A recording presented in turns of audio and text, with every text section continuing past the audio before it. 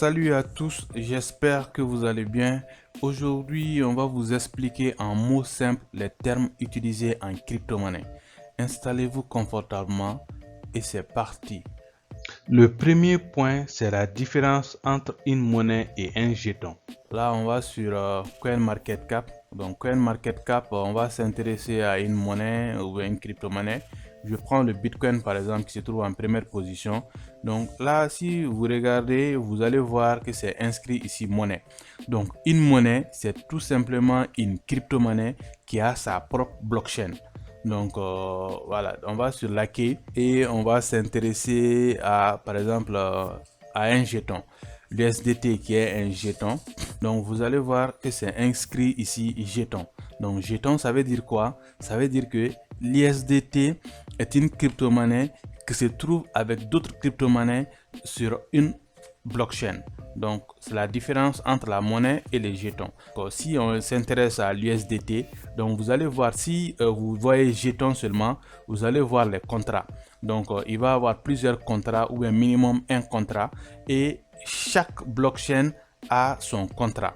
Donc ici, si je clique sur plus encore, vous allez voir ici que l'USDT se trouve sur la blockchain Tron. Voilà le contrat. L'USDT se trouve sur la blockchain Solana. Voilà le contrat ici en bleu. L'USDT se trouve sur la blockchain Algorand. Voilà le contrat ici.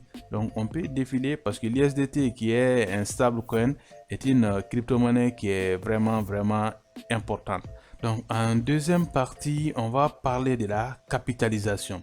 Donc la capitalisation, ce n'est rien d'autre, on va sur la quai, ce n'est rien d'autre que le prix unitaire multiplié par le nombre de la monnaie en circulation. Donc vous voyez, voilà la capitalisation du Bitcoin ici. Donc on a en haut la capitalisation du marché de la crypto-monnaie ici, qui est là, qui est énorme. Ça c'est la capitalisation globale. Quand on réunit la capitalisation de toutes les crypto-monnaies qui sont ici sur CoinMarketCap, on va avoir ce montant là. Donc là on a le prix unitaire qui est là, multiplié par la quantité de jetons en circulation de cette crypto-monnaie. Donc voilà la capitalisation du Bitcoin. Le BNB, la capitalisation du BNB est là.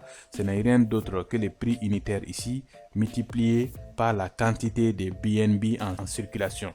Troisième partie, on va parler de la dominance. Donc on a la dominance ici. Vous voyez dominance BTC 41,6%, ETH 18,9%. Ça veut dire quoi? Ça veut dire que le Bitcoin à lui seul occupe 41,6% de toute la capitalisation du marché ici. Voilà la capitalisation du marché, mais quand on prend la part du Bitcoin, ça représente 41,6%. Donc c'est pourquoi la dominance est vraiment suivie par les acteurs du marché. Donc on a l'ETH qui vient en deuxième position avec 18,9%. Donc maintenant si on prend la capitalisation globale du marché et qu'on le divise par crypto-monnaie, voilà l'Ethereum va avoir 18,9%.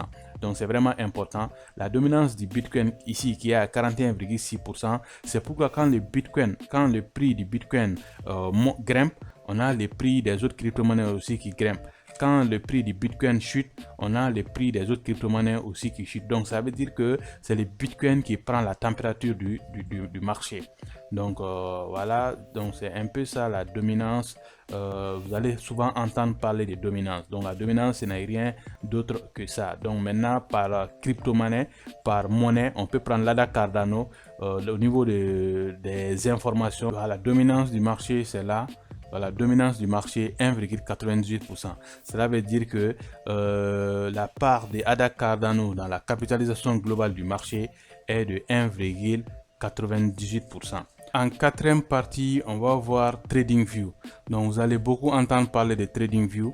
TradingView, c'est une plateforme qui regroupe beaucoup d'informations et on peut utiliser beaucoup d'outils sur TradingView. Donc vous pouvez vous inscrire sur la plateforme, c'est vraiment entièrement gratuit. Donc vous allez voir le lien en description de la vidéo. Voilà, je pense qu'il y a un autre lien dans une des autres vidéos qu'on a publiées sur la chaîne. Donc TradingView est vraiment utilisé par les traders, par les investisseurs, par presque tout le monde, que ce soit dans le marché de la crypto-monnaie, que ce soit dans le marché boursier. On est là sur TradingView. On va aller sur graphique pour voir voilà comment est-ce que TradingView fonctionne. Donc c'est simple, hein? On peut utiliser TradingView pour se former, pour avoir des idées. Donc là ici on a le Bitcoin contre l'USD. Donc là on va prendre une page vierge. Donc là on est sur TradingView et on est sur la paire BTC contre l'USD.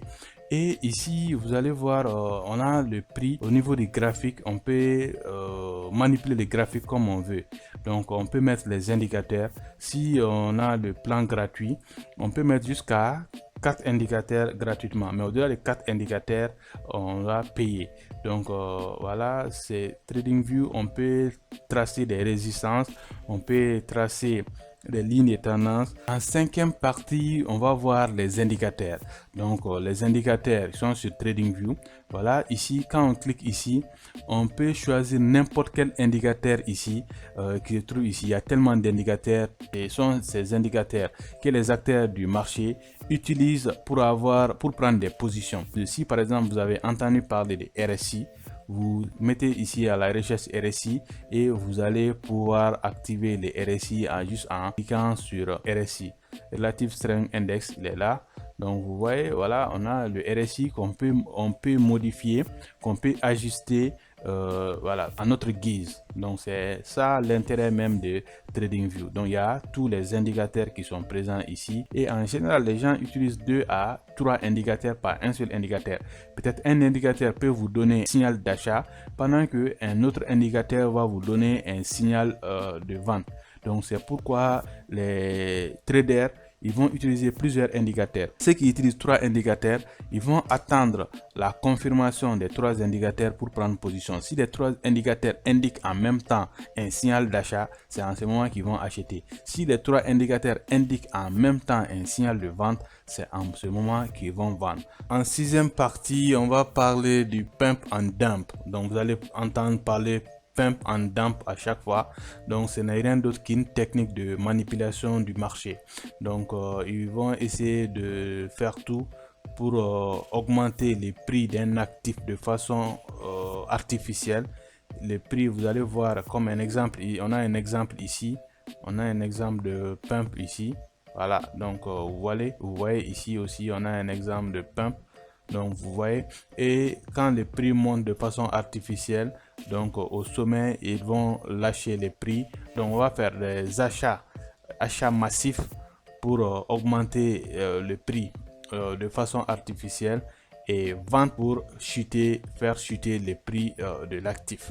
Donc vous voyez, c'est une technique de manipulation du marché et on rencontre ça très souvent quand un actif est listé sur au moins des listings, il y a trop de volatilité. Donc pump, faire monter les prix de façon artificielle, et dump, faire chuter le prix de façon anormale. En septième partie, on va parler de la différence entre une correction et un crash. Donc vous allez beaucoup entendre parler de correction. Une correction, c'est quoi? C'est quand le prix d'un actif monte de façon progressive pendant une longue période et qu'après ça s'arrête à un niveau, à un sommet, et ça commence à descendre. Le prix commence à chuter. Donc parce que c'est ça qu'on appelle correction, ou si les prix chutent jusqu'à un moment donné au cours d'une longue période, après vous allez voir qu'il va y avoir changement de tendance et les prix va continuer à changer de direction et de la baisse à la hausse. Donc ici on peut dire que de là à là, donc on a eu une hausse. De là à là, on a eu une hausse du prix, et de là, on peut dire de là à là, on a eu une correction. Donc la correction se fait sur plusieurs jours et après la tendance va continuer. Donc vous voyez, de là à là, on était sur une tendance haussière, il y a une correction et la tendance haussière continue. Là aussi, il y a une correction et la tendance haussière. Là, on a une correction et la tendance haussière. Donc, on parle de crash quand le prix de l'actif fait en une seule journée environ 20% et que la descente continue sans arrêt. Donc, exemple ici, on a un crash ici. On a un crash ici et le prix a continué à baisser et on a un deuxième crash ici. Vous voyez, de là à là, la différence est énorme en termes de chute. Et les bougies, on est en chandelier japonais et sur unité de temps, une bougie égale à un jour. Donc vous voyez, chaque bougie ici représente un jour. Donc c'est ça la différence entre la correction. Donc la correction, ça se passe sur une période courte, assez élargie, et le crash se fait de façon brusque. Ça fait de façon brusque et l'écart est vraiment énorme en termes de chute. En huitième partie, on va parler de support et des résistances. Vous allez beaucoup entendre parler de support et de résistance. Un support, c'est quoi?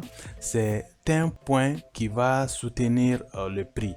Le point va empêcher les prix de descendre. À chaque fois que le prix descend à ce niveau, le prix s'arrête. La résistance, c'est quoi? C'est un niveau auquel le prix quand le prix monte jusqu'à ce niveau, il a du mal à passer. Donc maintenant, on va tracer une résistance ici. Exemple, voilà, on a une résistance ici qui est là. Donc maintenant, pour tracer la résistance, c'est simple. Je viens ici cliquer sur ça. Donc je regarde les niveaux auxquels ici on a un support. Donc voilà le support qui est là. Donc vous voyez cette bougie. Je vais agrandir un peu. Voilà. Donc vous voyez cette bougie qui est là. Quand le prix a essayé de descendre en dessous, il n'a pas pu. Donc voilà ici aussi. Donc vous voyez la clôture se trouve sur la droite. Donc vous voyez. Donc après aussi, quand le prix a essayé de descendre encore au cours d'une correction, la correction là en première partie ça s'est stoppé ici et en deuxième partie aussi la mèche. Donc voilà, c'est ce qu'on appelle un support. Donc le support, c'est le niveau. Voilà, on a tracé un support ici.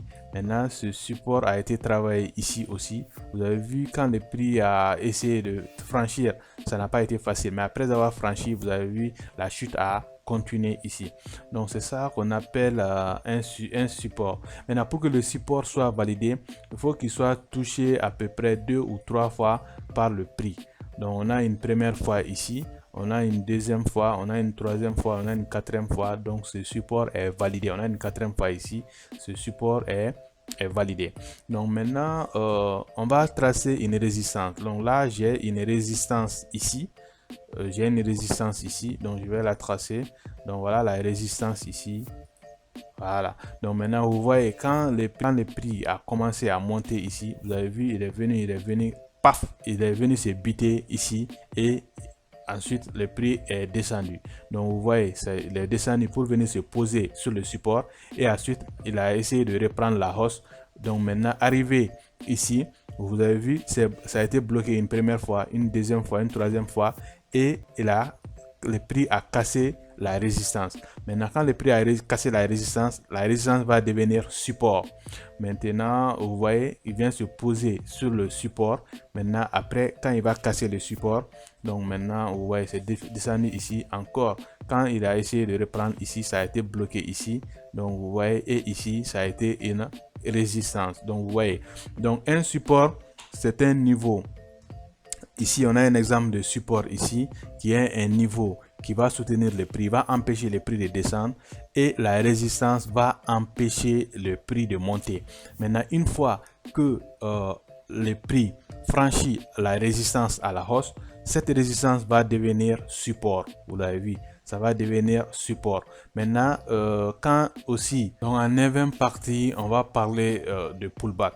Le pullback c'est quoi? C'est quand le prix franchit à la hausse par exemple une résistance et qu'après le prix revient encore sur la résistance pour tester la résistance. Ici vous voyez par exemple ici c'était la droite là, ici à ce niveau était une résistance. Maintenant ici la résistance a été cassée, on a cassé la résistance et on est venu jusqu'ici à ce niveau et après on est venu encore retester la résistance qui est devenue support. Donc c'est ça qu'on appelle le pullback. Donc maintenant c'est aussi valable pour un support qui est cassé. Quand le support a été cassé ici par exemple le support il a été cassé, donc le prix est descendu jusqu'à ce niveau, et après quand le prix a essayé de remonter encore, le prix est venu se bloquer sur la résistance et le prix n'a pas pu passer. Donc c'est ça qu'on appelle pullback. Donc il a cassé déjà les niveaux ici et il vient encore retester les niveaux pour ensuite redescendre encore. Donc c'est ça qu'on appelle pullback. Donc maintenant ici on peut dire que quand le prix est revenu ici et a cassé ce support qui était devenu résistance, quand il a cassé, le prix a cassé la résistance, il n'est plus retourné ici sur le, donc là on appelle cassure avec absence de pullback. Donc là il n'y a pas de pullback. Donc en deuxième partie on va parler de l'ATH. Vous allez beaucoup entendre parler de ATH. Un ATH ce n'est rien d'autre que les derniers points le plus haut que le prix a atteint. Donc on est sur le Bitcoin ici. Pour connaître l'ATH, on a ici on va se mettre sur une unité de temps long, en 8 par exemple. Donc vous voyez l'ATH se trouve à ces niveaux. Donc c'est pour connaître l'ATH, c'est simple, c'est le dernier plus haut que le prix n'a pas pu dépasser encore. Donc voilà, ici on a l'ATH qui est là. Je peux tracer ici pour que vous puissiez voir. On a ici l'ATH.